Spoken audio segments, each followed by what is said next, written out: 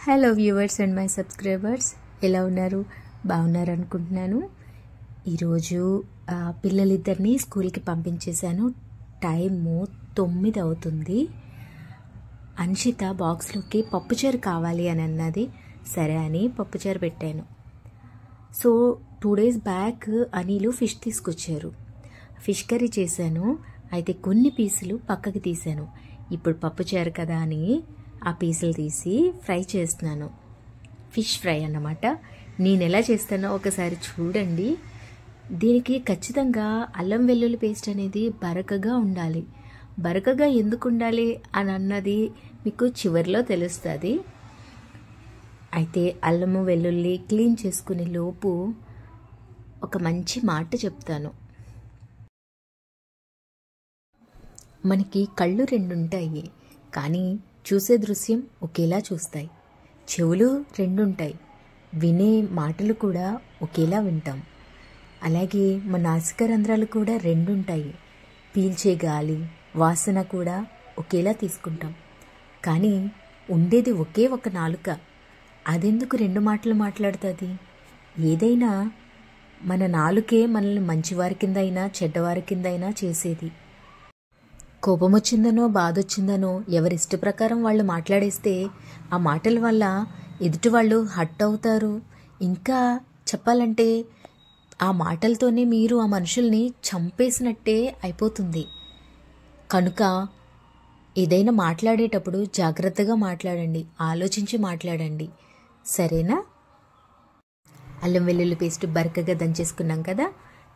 తీసిన ఈ పీసెస్కి ఉప్పు, కారం, పసుపు, మసాలా ఏదైనా గరం మసాలా కావచ్చు, చికెన్ ఆర్ ఎనీ మసాలా వేసుకుని దానిలో కొంచెం నిమ్మరసం కూడా కలుపుకుని మొత్తం ఇవన్నీ చేపలకి పట్టించాలి.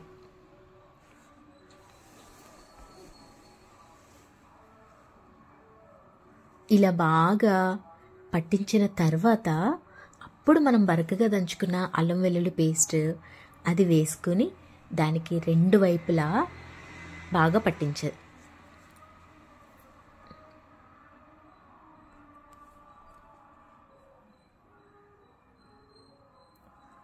ఇలా 2 వైపులా పట్టించుకుని 20 నుంచి 30 నిమిషాల వరకు పక్కన పెట్టేసుకోండి. ఎందుకంటే మనం ఉప్పు, కారం, నిమ్మరసం ఇవన్నీ కలిపాం కాబట్టి ఆ లోపలికి కొంచెం నిమ్మరసం అబ్జర్వ్ చేసుకుంటుంది ఫిష్ లోపలికి. సో 1/2 hour అయిపోయింది. ఈ అరగంటలో కడాయి పెట్టేసుకున్నాను. కడాయి కొంచెం వేడి అయినాక ఆయిల్ వేసుకున్నాను.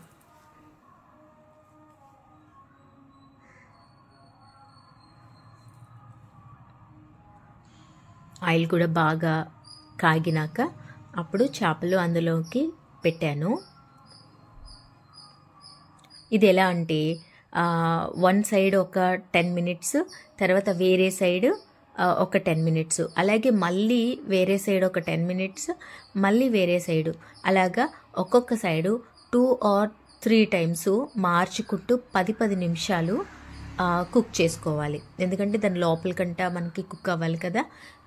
సిమ్లో పెట్టుకుని ఇది 10 నిమిషాలు ఒకవైపు, 10 నిమిషాలు మరొక వైపు, అలాగా 4 సార్లు.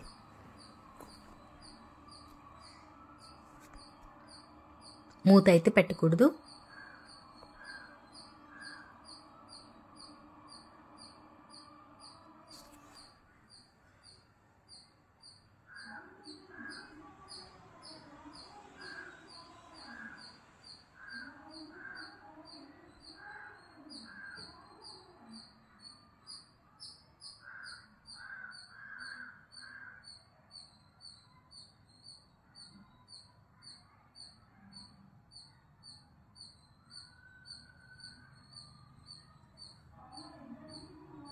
మొత్తం ఫ్రై అయిపోయినాయి.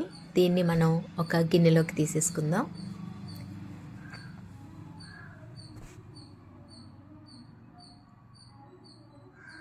చూస్తుంటే భలే ఉంది కదా.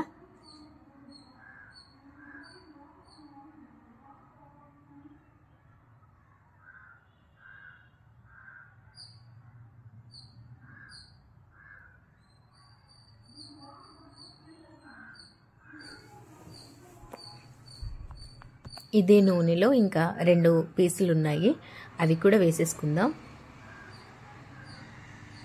ఆయిల్ కొంచెం తక్కువగానే వేసుకోండి, ఎందుకంటే చాలామంది ఎక్కువ ఆయిల్ వేసుకుని దాన్ని ఫ్రై అయిపోయాక ఆ ఆయిల్ అంతా వేస్ట్ అయిపోతుంది.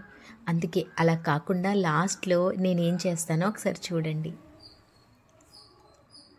ఇవి కూడా ఫ్రై అయిపోయినాయి 2 to 3 టైమ్స్.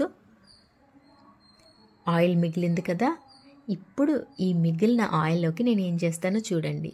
మీడియం సైజులో ఉన్న ఆనియన్, అది హాఫ్ చిన్న చిన్న పీసుల కింద కట్ చేసుకుని అదే ఆయిల్లో వేసుకోండి. అలాగే కరివేపాకు కూడా, పచ్చిమిర్చి కూడా వేసుకోవాలి. నేను ఒక పచ్చిమిర్చి చేశాను, పిల్లలు తింటారు కదా అందుకోసమని అంత స్పైసీ లేకుండా చేశాను. ఇది కనీసం ఒక 70% అయితే బాగా ఫ్రై అయిపోవాలి. ఇది ఫ్రై అయిపోయాక నేను వేసే ముద్ద ఏంటో తెలుసా?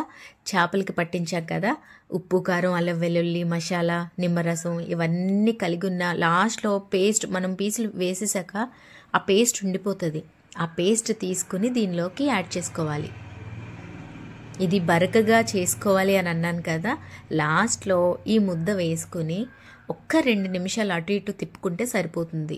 లైట్గా ఫ్రై అయినట్టుంటాయి అల్లము వెల్లుల్లి, అది తినేటప్పుడు నోటికి చక్కగా తగులుతుంది.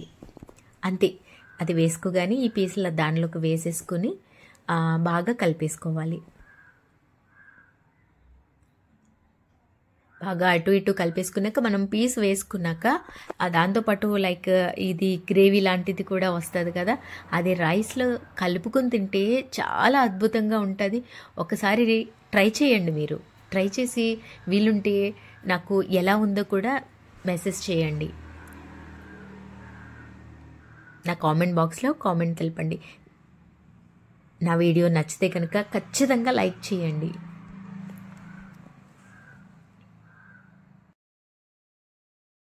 థ్యాంక్ యూ అండి. Thank you so much for watching. Subscribe చేసుకోకపోతే సబ్స్క్రైబ్ చేసుకోండి. Bye bye.